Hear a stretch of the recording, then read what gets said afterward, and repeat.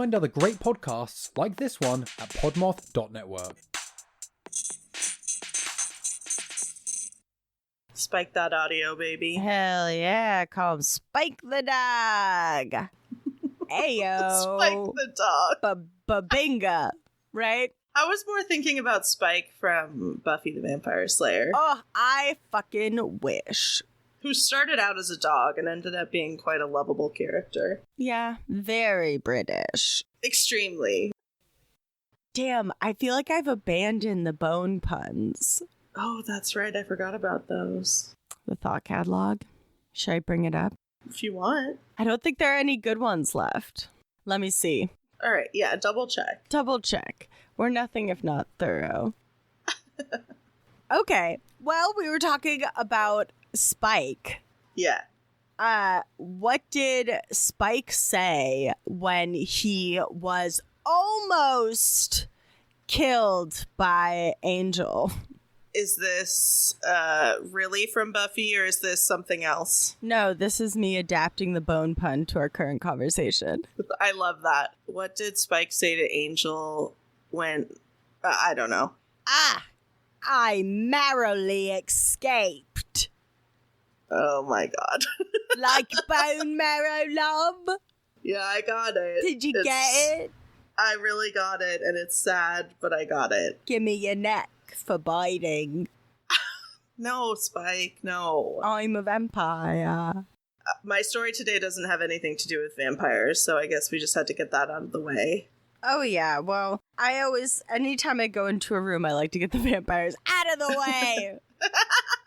Get out of my way, vampires. Only if they've already been invited inside. Oh my god, well that's your first fucking mistake, isn't it? Yeah, you should have thought about that before you invited Spike inside. God, it's a trick question, isn't it? If the vampire's in the room, you're already dead. The irony.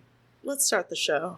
In olden days, a glimpse of femur was only for morbid dreamers, but you're not alone. Bring anything bones. Two goofy gals with deathly interest go on a skeleton inquest in your headphones. Anything bones. Hello and welcome to Anything Bones. I'm Sophie, all ink Schwartz. And I'm Katelyn. A dream made me do it, Hart. And this is the podcast where we talk about bones, bone-related topics, and vampires, apparently.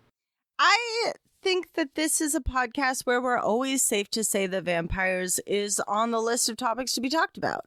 It's never going to not be relevant to me. Yes. I'll just say that. Yes. Did you watch the TikTok of the Twilight musical, the unofficial Twilight musical? Yeah, and if you give them money, they will send you a copy of it to watch, right? Yeah, and like... Which I think we should do. Honestly, I will pay that. I think it's only like $15, which is like the price of like one theater ticket. So that's pretty good. Theater is so much more accessible over there. Makes me angry. You can have the Twilight unofficial musical in your home for $15. I want it. I'll give them $30 to ship it immediately. Or, like, it's probably electronic, so send it immediately. I want to give them more money to do more of their good work. Yeah, we need parts 1, 2, 3, and 4. Oh my god, yes. Holy shit. Do you think it's that thing of where they'll get, like, sued by the people who made Twilight? I hope not. I hope they went through some of the unofficial in the title is what scares me. Yeah, but I mean, depending on how much they change with the songs, it could be fair use. I don't know. Yeah, I guess. Stephanie Meyer, let us know your thoughts on copyright infringement. I bet. You know what? Actually, I heard something kind of juicy about Stephanie Meyer. Do tell. So you know the director of the first movie, Catherine Hardwicke, or whatever her name is? Sure. She wanted to make the cast a little bit more diverse when she was first casting Twilight. She was like, yeah, let's get some POCs in this vampire movie. And Stephanie Meyer was like, all of these characters are based on like friends that I have, and I like can't see them any other way other than white. Okay, whatever, Stephanie Meyer. Get over yourself. And they let her, and finally she was like, okay, the villain can be black. Yeah, great. Great. Super, Stephanie. You're such a progressive douchebag. Anyway. Should we roll on down to Bonetown? I think we've got to. I hear the click-clacking of the Bone Road calling my name. Okay, good. Because I have a tale for you. Ooh. So, sources off the top, an article from Medium, an article from the Chicago Sun-Times, Wikipedia, and Murderpedia. Obviously, the real MVPs classics. here. Yeah. So, this is a story about a woman named Tillie Klimek, and she was born Tillie. I think that's how you say it. That's how it's spelled. Which makes me want to say, oh, Tillie. Oh, Tillie. So she was born in 1877 in Poland. And then when she was around 4 years old, her family immigrated to the United States. And they went to live in the Little Poland section of Chicago, Illinois. I don't know what Chicago's known for. I was going to say, like, City of Lights, Chicago, Illinois, but I don't actually know what Chicago is the city of. Windy City. Okay, great. Chicago, Illinois, the Windy City. Cut that together to make it make sense. I will. I also believe that it is the city in which Dave Matthews' tour bus did dump a bunch of poopy on top of some people who were riding in a boat. Right. And H.H. Holmes had his, or maybe didn't have his murder castle. So the city of all of that. Yeah, there's a lot going on. And then Tillie shows up. So not a lot is known about her early childhood, but by 1895, she was married to a man named Joe Matuix, and things seemed to be going well. They were, like, well-liked in their community. She started to get a reputation around town, but, like, a good reputation. Oh, good. That's not usually what we hear in this. Well, she was a good cook, so people knew that. Hell yeah. So was Typhoid Mary. Right. On the other hand, though, she did have a knack of predicting people's deaths. Whoa, cool. I mean, bad. But also cool. Yeah, so she was a really great, I don't know what you would call her, like a psychic, fortune teller, something like that. Would she do this upon request, or would she roll up to your house and be like, listen, next Tuesday is going to be a rough day for your family? You know, I think it was a little bit less of that and more of, like, anybody that bothered her or annoyed her in any way. She predicted that they would die, and they did. Oh. Okay. So it was a little more like, this person annoys me. I bet they're going to die on Monday. And lo and behold. Oh, so it's more like, fuck you, Tuesday's going to be a really bad day for your family. Exactly. Oh, no. So she would have these quote-unquote dreams. Oh, no.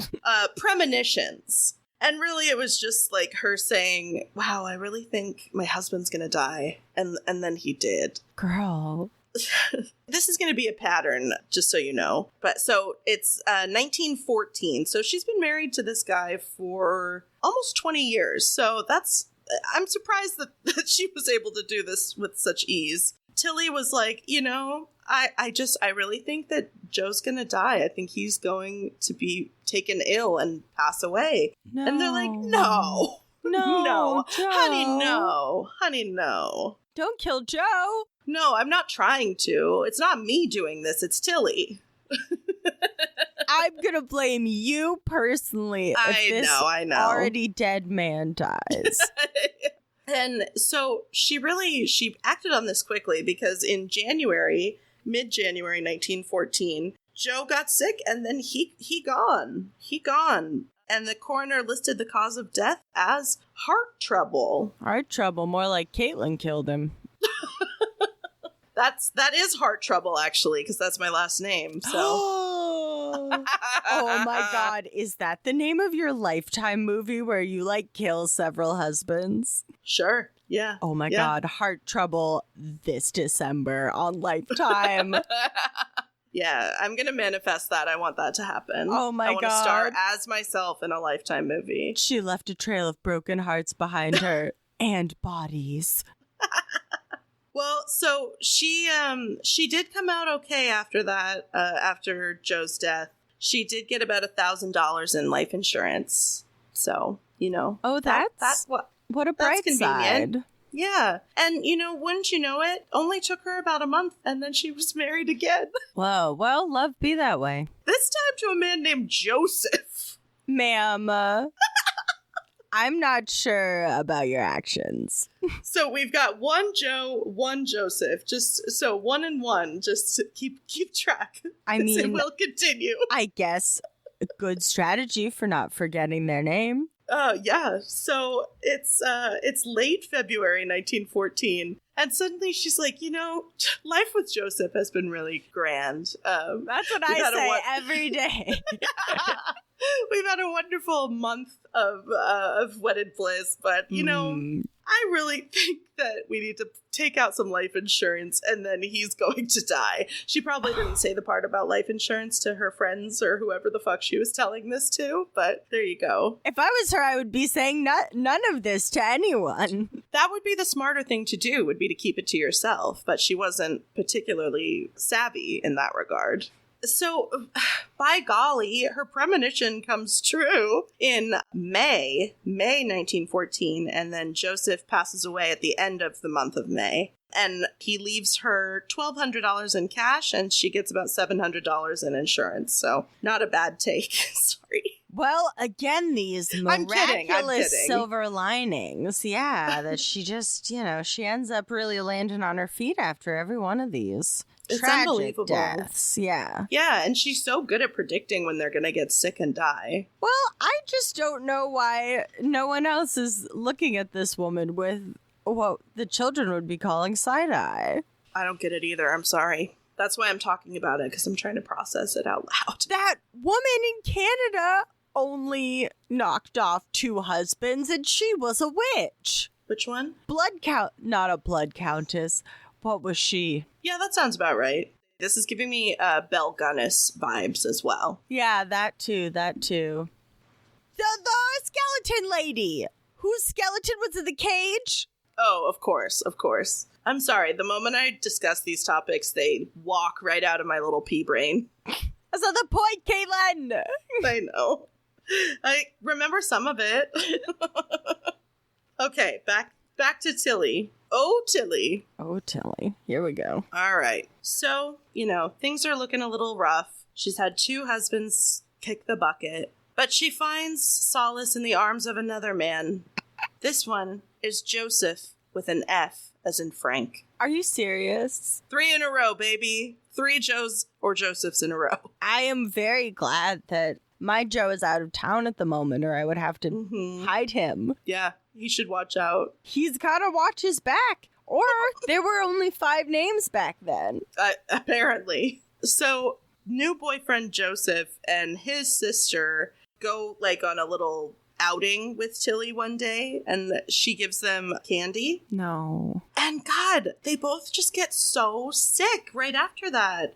And, it was just such a tragedy that Joseph with an F died too, but it's not Tillie's fault. She just was with them right before he died and gave them candy. But that couldn't possibly be related. No.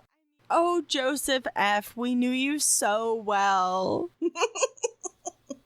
Just a blip on her radar screen. They didn't even get married. She couldn't stand him that, apparently. Oh, that's sad for Joseph F. I know. No insurance from Joseph F.? Nope. She apparently just killed him just for the fun of it. Oh, now that's an interesting theory.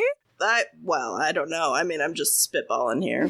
But, she wasn't going to be lonely for long. Tillie you can't keep Tillie down. No, she's got to get back out there. Uh-huh. So in March of 1919, she marries Frank. His name is Frank. Middle name Joseph. I swear to God, Tillie. And then the last name is Kapitsky, I think. You're not even safe with the middle name. I know. So this is her fourth dude with the name Joseph somewhere in his name. This woman is a fucking menace. I don't understand what she has against Joseph's. It's really scary. She's scary, all right. So apparently, this is crazy. Apparently, when Frank moved into her house where she already lived before they got together, she told her neighbors that he wouldn't be there for very long. Bold. And she would tell Frank himself, quote, "It'll be any day now." And then she also said, and this one I don't quite understand, but maybe she would say that Frank, quote, "has 2 inches to live." So I don't know exactly what that means, but it doesn't sound good. Those are enormous red flags. Run for the hills. If I had a partner that looked at me and been like, "You're going to die any day now," I would be like, "Why do you know that?" No, this is hideous. I'm laughing because it's horrible. It's so bad that, all you can do is laugh. But this is not.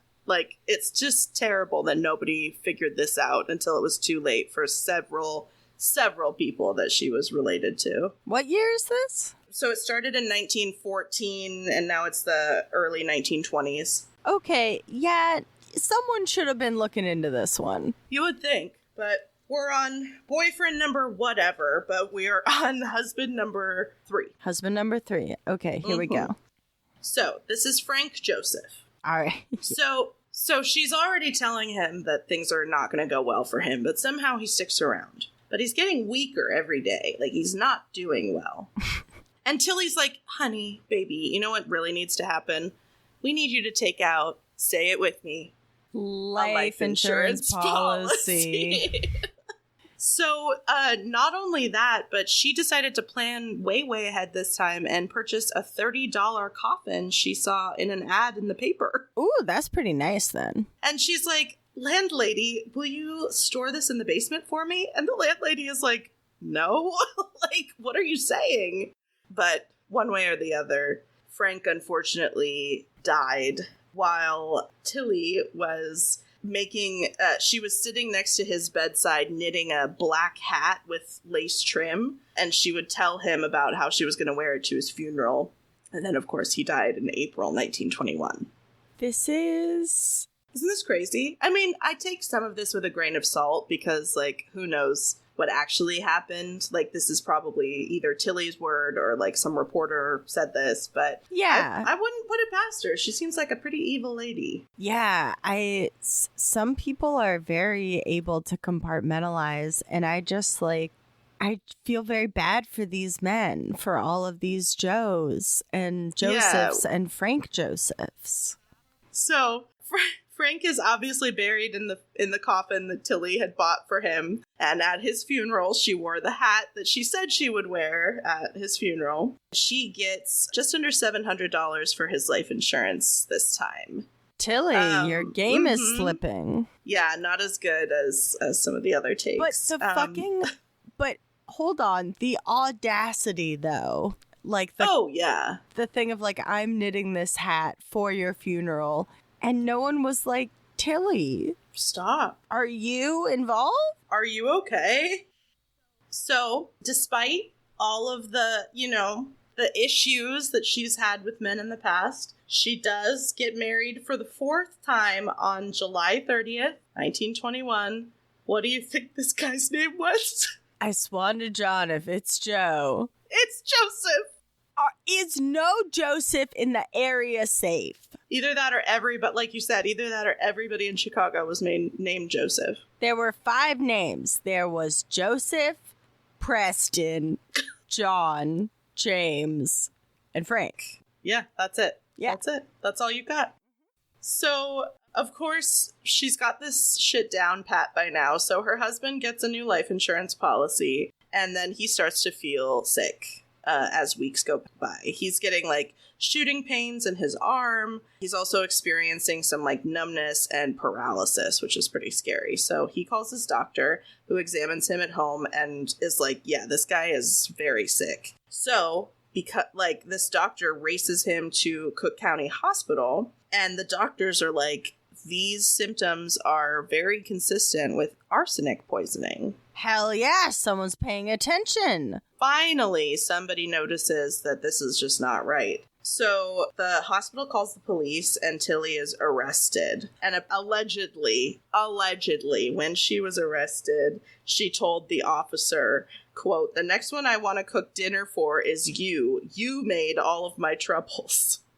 Wow. Mm-hmm. Well, I would not accept a meal from this woman. No, this is even worse than a meal from Typhoid Mary, I feel. Yeah, Typhoid Mary is not trying to kill you. I mean, maybe through, like, refusing to wash her hands. Yeah. But, yeah. this woman has intentions. She's got designs.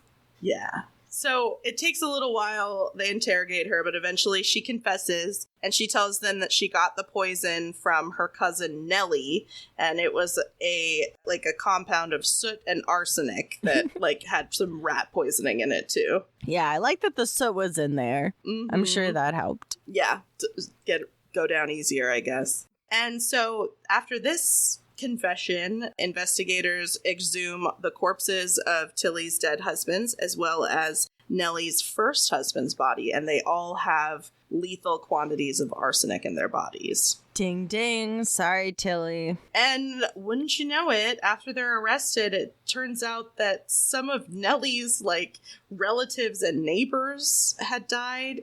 Also some of Tillie's, but anybody that was sort of they argued, or dogs that annoyed her.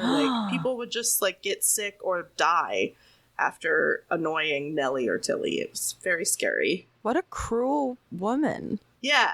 And it's weird that she did it with her cousin. Cousins aren't supposed to do that. Cousins are Right? supposed to be nice with each other. Cousins God aren't damn supposed it. to team up for murder. That's not very cousinly. So, of course, it's the early 20s in Chicago, and this trial is a media sensation. Oh, yeah. And so, one of the headlines, March 6, 1923, was Tillie Klimek and Nellie Stormer Kulik, the so-called arsenic widows of the Polish Quarter, were placed on trial today for the murder of one of the numerous husbands they are alleged to have poisoned. Damn. So they didn't get charged with all of the murders. They just Okay. got charged with, one. Frank's murder, I believe. They were keeping some murders in the back pocket for double jeopardy. Yeah, that's pretty typical. Or they would just choose the one that they had the most evidence on, apparently. And even if from jail, Tillie was a piece of work, she would torment her cousin, Nellie, relentlessly. And she would tell her, okay, today's the day, Nellie. They're going to get you today. As the guards are coming to take her to, whatever. They're like, okay, Nellie, now you're about to go die. Enjoy hell. Whoa. She was rotten all the way to the end. I thought that she liked her cousin. Apparently not. No, I think she just wanted to have power in whatever situation she was in. Yeah. So Tillie was charged with the murder of her husband, Frank, but she was sentenced to life in prison. She was not sentenced to hang. Well, I mean, that's always preferred, right? Yeah, and according to one of my sources, this was the harshest sentence ever dealt to a woman in Chicago at the time. Well, I mean, I'm glad she got it. I'm glad she didn't get off for being a white lady. Yeah. Nellie's trial apparently ended up in a hung jury, so she was eventually acquitted. Tillie lived out her life at the Illinois State Penitentiary, and she died in November 1936 at the age of 60. And that's Tillie for ya. The story gave me major, Chicago the musical vibes. Oh, yeah. There's literally a line in one of the songs in that musical where it's some guys just can't hold their arsenic. And so I looked up, I was like, what was the inspiration behind Chicago, the musical? And it was about some other female murderers, slightly after Tillie's case. So I tend to believe that her story kind of contributed to that musical, which is honestly one of my faves. It was a hot time for murderesses in the Yeah. Windy City. Black Widow Tillie of the Little Poland, Chicago neighborhood. Wow, that was truly a marathon of... Of Joseph's. Yes. And I can take a lot There of were four. Joseph. Yeah. There were 4. There were 4. And then 4.5, because one of them had the middle name Joseph. I mean, he counts. Yeah. He counts. What a character that woman Yeah. was. Yeah, scary lady. Yeah. Well, while I go throw my boyfriend Joe into the convenient panic room I'll build, let us take a commercial break. Goodbye.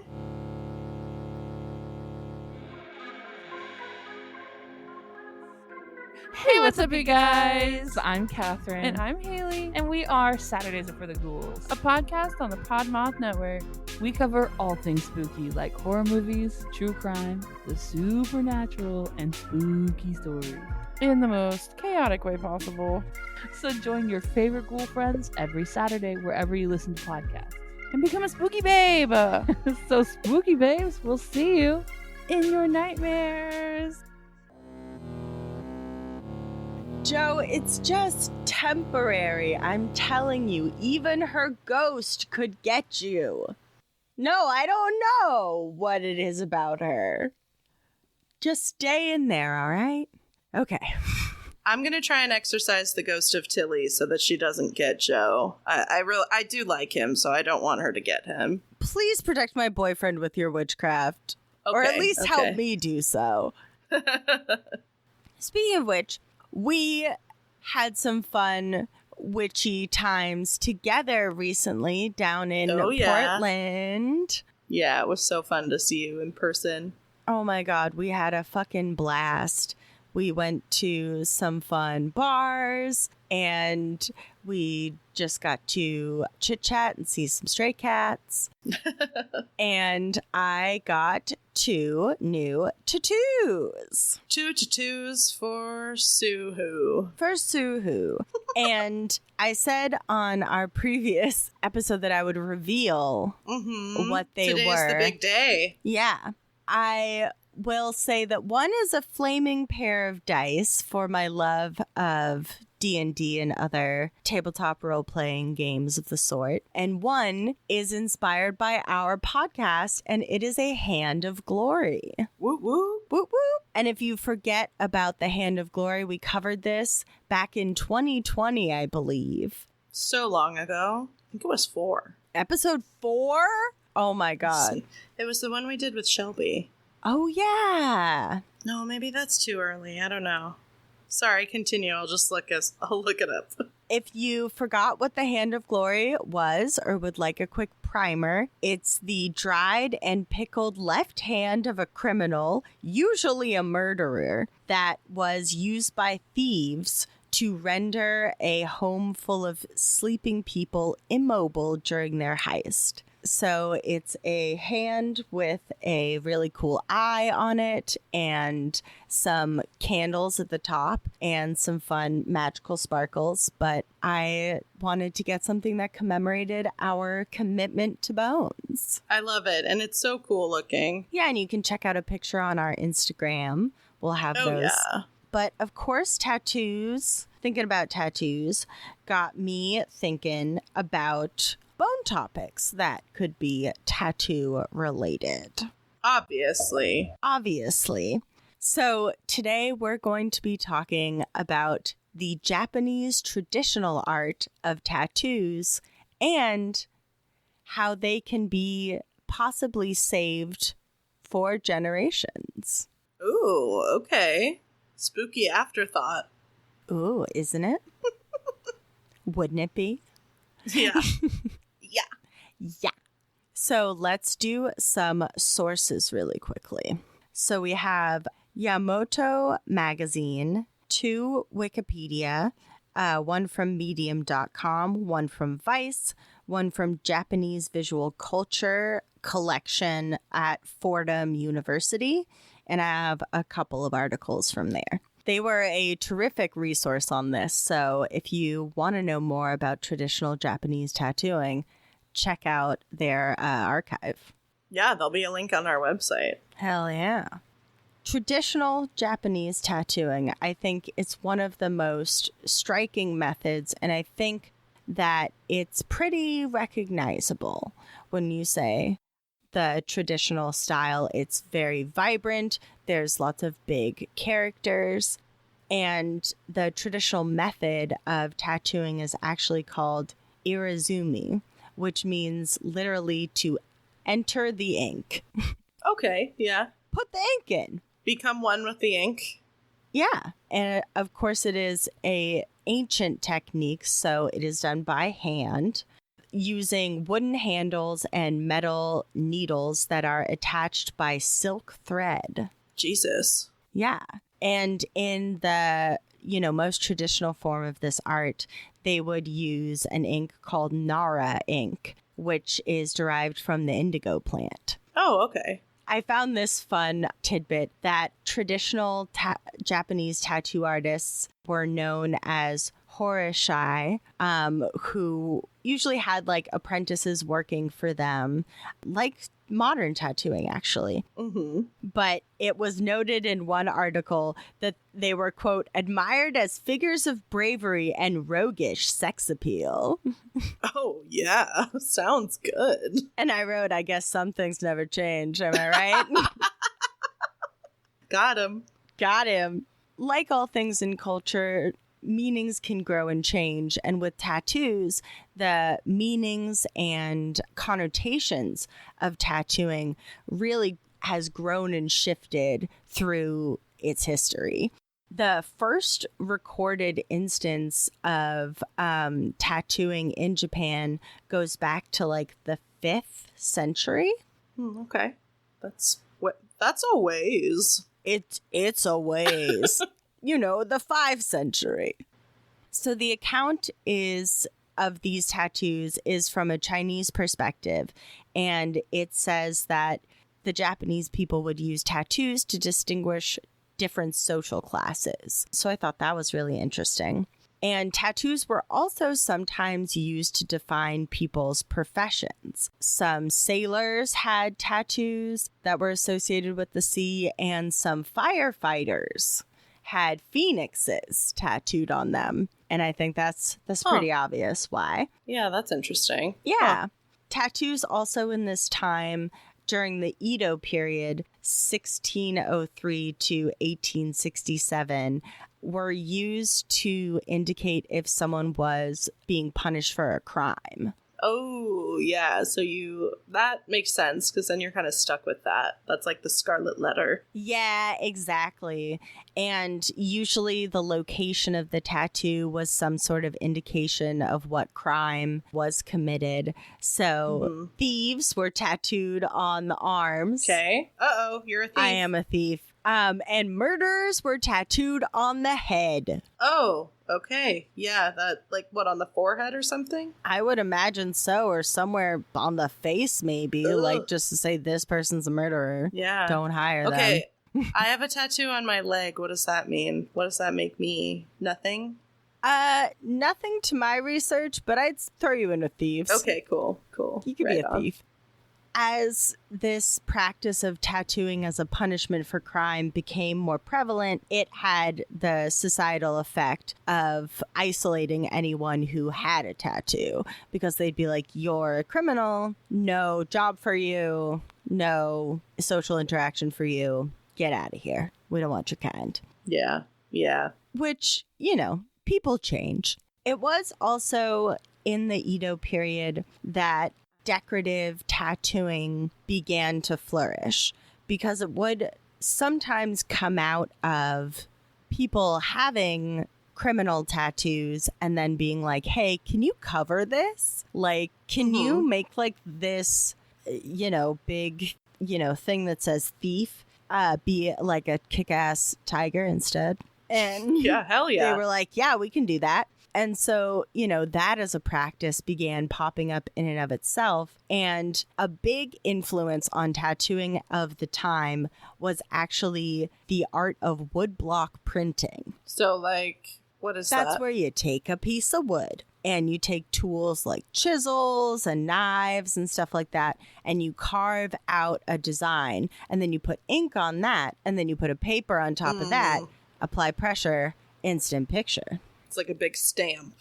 Yeah. And Okay. actually, the guy who did my tattoos is very inspired by woodblock printing, which I thought was a fun coincidence. Yeah, that's cool. But there was this book that came out. It was a Chinese novel called Suki Koden, and it was published in Japan in 1757. And when it was released in Japan, it had these beautiful woodblock illustrations of like these kick-ass guys with cool tattoos of dragons and flowers and tigers and other like really cool images. And the book itself, all the images were like stunning. Look it up if you care to. But people were like, wow, I could have this kind of art on my body. I think I want that. Which is a feeling I feel like I know, where I'm like, I want it on my skin. I want to look at it every day. Yeah. Yeah, I want to look at that forever. And kind of in this time, there was a fun exchange between woodblock printing and tattooing, where some tattooers were like, hey, I think I want to try out woodblock printing. And some woodblock printers were like, hey, I think I want to try out tattooing. And tattoos became something that middle class people would get, sort of like ornamental tattoos. And then in the 1800s, Japan actually stopped using like criminal branding or criminal tattoos as punishment, so that practice was halted. Yeah, sounds good. Tattoo culture shifted once again during the Meiji Restoration, which was in 1868, when the shogun fell and the country was like, okay, this is a time of change. They're like, let's change it up. They're like, no shogun. We're going to do it differently this time. Let's rethink this. What does anybody have? Anyone want to brainstorm? Well, one idea that they did come up with was opening their borders to the rest of the world. Oh, okay. Which was a pretty new thing for them. And in the 1800s, you know, Western people started showing up. Ding dong, it's the white people. We want to trade. Yeah. And also colonize. I was just going to say, did they try to colonize? I mean, in a social way. Okay. And Japan was like, a lot of new people are going to be coming to our beautiful country. And we want to look as presentable as possible. Tattoos make us look bad. Oh, okay. So they bad. Tattoos are bad to them. Okay. Yeah. Well, from a Western standpoint at that time, tattoos would have been something real new to them. Okay. And you know what white people think about stuff that's new? They hate it. Or they want to take it for their own. Yeah. So in 1872, Japanese rulers were like, national ban on tattoos. Damn. No tattoos. This is like Footloose. It is like Footloose. And you know who is going to be the Kevin Bacon of this situation? No, I don't know. The Yakuza. Okay. Okay. That I didn't see coming. Come on now. You saw that coming. So the Yakuza, for a quick refresher, is a Japanese organized crime group. And they have been doing their nasty thing since the earliest record being 1612. And so the Yakuza was originally made up of people who were caught for stealing and gambling and other kind of petty crimes. And also they got these punishment tattoos. And they were like, you know what would be great? I see that you two have been taken down for thieving and gambling and other stuff like that. Why don't we just have a group? If we had a group, we could do more thieving and gambling and be safer together. Sure. And so these tattoos became something that banded them together. And so there have been several different kinds of bans on tattoos in Japanese history. I did not go through all of them, just the ones that are important here. But all through these bans, the Yakuza were like, we do not care about the law. Yeah, of course. You think I will steal things and kill people. You think I care about your law against tattooing? Absolutely not. Right. So they were like, we're going to keep tattooing. We're going to keep the art of tattooing alive. And we're going to let people hone their art of tattooing. Which you got to give them props for on that one. the traditional process of tattooing also became a big part of the Yakuza culture. It would to get these large, intricate tattoos was extremely painful. Yeah, I bet. That's like I'm guessing it was kind of akin to like a stick and poke. I got a stick and poke, and I tell you, it wasn't comfortable. Yeah. And I did it for 2.5 hours, and I couldn't imagine going any longer. Right. So it was definitely something that they were like, show your discipline to the Yakuza by getting these extensive full body suit tattoos. Like from... Damn. Yeah.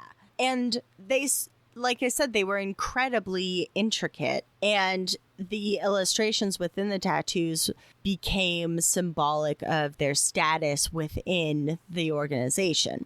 And I thought that this was interesting that, like, with the distinct, like, Yakuza traditional design of tattoos, you cover the arms, the back, the chest, and the upper legs. And then tattoo stops at the neck, stops at the wrists, stops at the ankles. Yeah. And has a strip of skin down the middle so that you can wear a traditional kimono without the tattoo showing. Interesting. Okay. They were being sneaky. They were being smart. Yeah, that too. They were like, yeah, I can savvy. wear the kimono for my mom and she won't see yeah. the tattoos. All my tattoos. All my tattoos and all the murder. So this process of getting tattoos was extremely expensive as well. And this also upped the value of a tattooer's artwork. Okay. And it wasn't only people from the Yakuza who were getting tattooed. People who wanted big tattoos would sometimes get like sponsored by the Yakuza to like get the tattoos. And the Yakuza would be like, okay, you keep this safe on your body. And then the value of this tattoo would increase in time. And I wrote, like an NF me. Got him again. Got him again. Yeah, I don't understand that portion of it, but like, sure. But sometimes the Yakuza would get impatient and want the artwork sooner. So they would knock the guy off. Oh, shit. Because what? They would use his skin as art? Yes. What? Now, no way. Now we come to the real fucking meat of our story. Oh my god. Ugh. So the ban on tattooing was eventually lifted by the United States of all people. Huh. Which actually was not very popular with the Japanese, and the connotation of the criminality still continues. But these works of art, because they're full body works of art, became something of collector's items on the black market. Holy shit. Because people would skin these people when they died and preserve their skin as art. Holy shit. Enter Dr. Fukushi Makaishi. And I wrote, this is the real meat of the topic. So good. The rib meat. The rib meat. So he is probably the most famous bodysuit skin collector. And he was born in 1878, and he was a Japanese physician and pathologist and professor at Nippon Medical School in Tokyo. And he was also a chairman of the Japanese Pathological Society. So like blood and bodies and stuff? Well, pathology, death. Yeah. Okay. Yeah, that makes sense. So his research initially focused a lot on syphilis and thyroid disease and other diseases like this. And he figured out that the tattoo ink in the skin killed skin lesions of syphilis. What? Yeah. Like, so if you had a lesion over where you had been tattooed, it was better? Or, I think so, yeah. Or it Holy wouldn't shit. go where the tattoos were. Oh, okay. Interesting. And so he was like, now I'm researching human skin. Yeah, I'm ready for it. Now I'm into skin. And he was like, I have to look into people with tattoos. And so he met a lot of tattooed people. Okay. And he started getting really into the tattoo culture of these Yakuza gang members and like started becoming like friends with them. And he would be like, hey, man, I love your tattoos. Can I have them when you die? Oh, my God.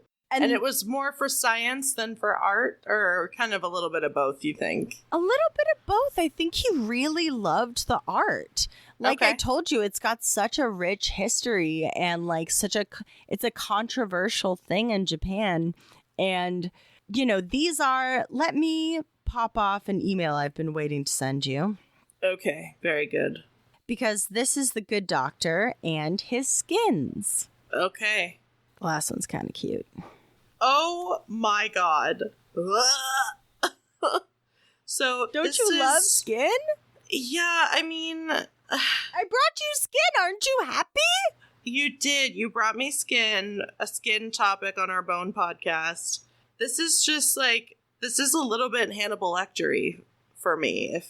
This is like Silence of the Lambs a little bit. Buffalo Bill. It's not Hannibal Lecter. It's Buffalo Bill. Excuse me. Oh my God. I mean, the tattoos are beautiful, but this is crazy.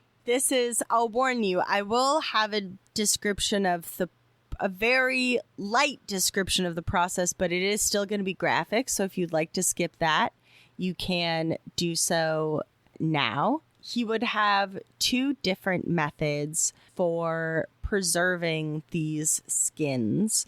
There was wet and also dry. Oh, sure. So the skin was taken from the body and cleaned, and then it was stretched out, and for the wet method, it was submerged in glycerin or formaldehyde. So some of the pictures that I sent you are the ones where it looks like it kind of comes off in one piece because it's artwork. So like the act of trying to preserve it is the removal of it was pretty important, and the preservation. And he respected the guys who had these tattoos, the guys who did these tattoos, a whole lot. And he would pay for people to get their tattoos finished if they couldn't afford it. He'd be like, you want to get this whole body piece? I'll pay for that. But can I have it when you're dead? And they're like, yeah, I'll be dead. Yeah, it doesn't matter. Yeah, exactly. And he would also, if they like didn't need the tattoos finished or anything, he'd be like, I'll pay you. I'll pay your family. So he went about it, I feel like, in the most ethical way possible. And it kind of brought some of these people together who hadn't really met each other before, because he kind of started this club of people who were going to give him his skin when they died. That's insanity, but I'm so into it. I love it. Because they would come and they would look at each other's tattoos. They would be like, you have beautiful tattoos. You have beautiful tattoos. Yeah, we're all in this cool club where this guy wants our tattoos after we die. Yeah. And I mean, at the height of his archive of skins, he had about 2,000. Whoa. Yeah.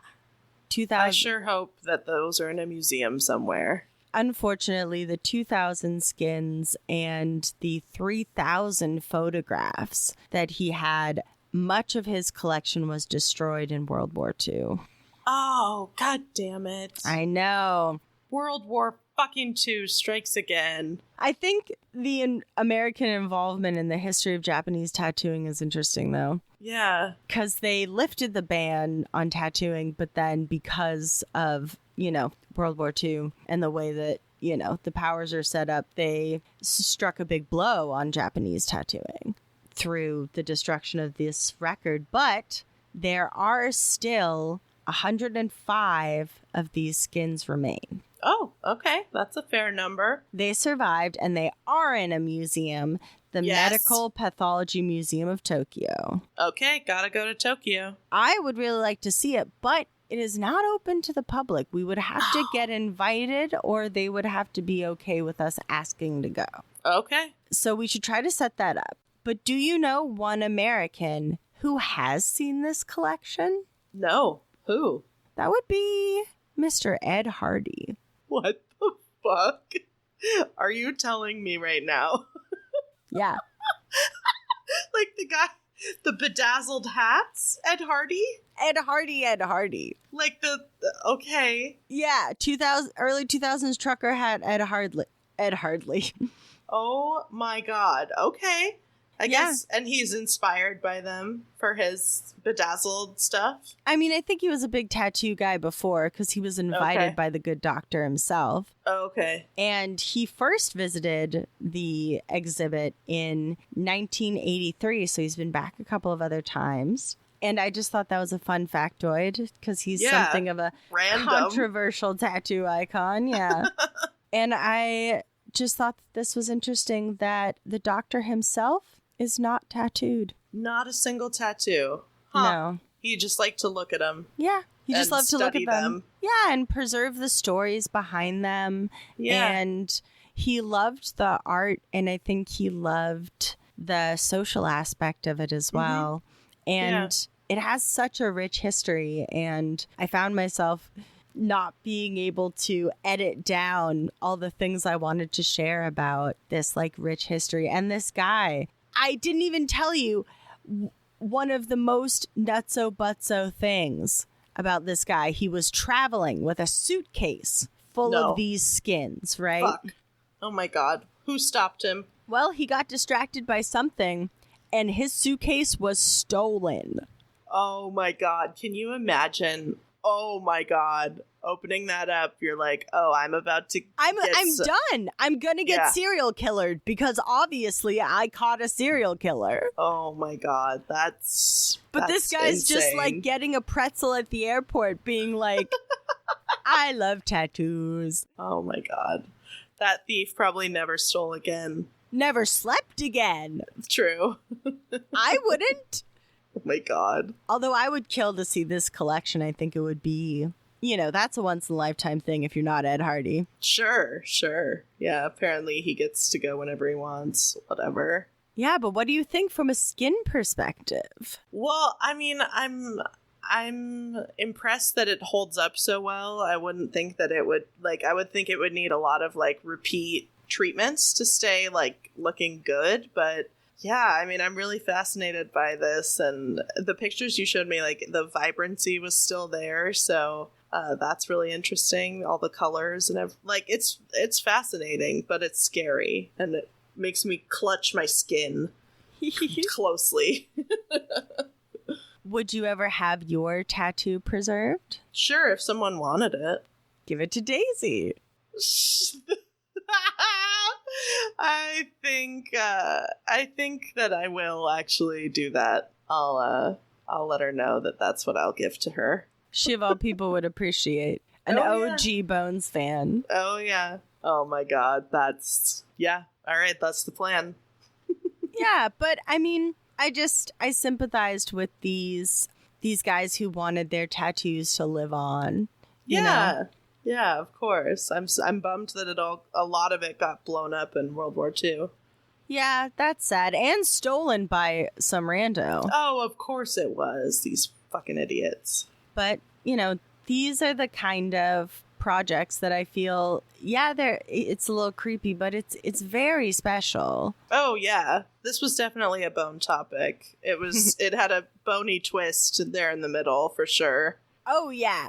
I was like, I did not want to mention it right off the bat because I was like, oh, we're just going to talk some nice talk about tattooing. How interesting. Preserve skins. Yeah, by the way, there was a doctor that liked to keep skin. Okay. Okay, bye. He was the center of my topic from the start, but like I said, I started to fall in love with this rich history of tattooing. Yeah, hell yeah. I'm excited to see where it takes you, how many more tattoos you get on your arms to signify thievery. I am a thief. I don't know. I think the next ones I'm going to go for, maybe Lakeys. Oh, okay. Gotta fill up those Lakeys. Gotta get it all evenly coated. Oh, yeah. What if only my legs are showing and people need to know I'm a badass?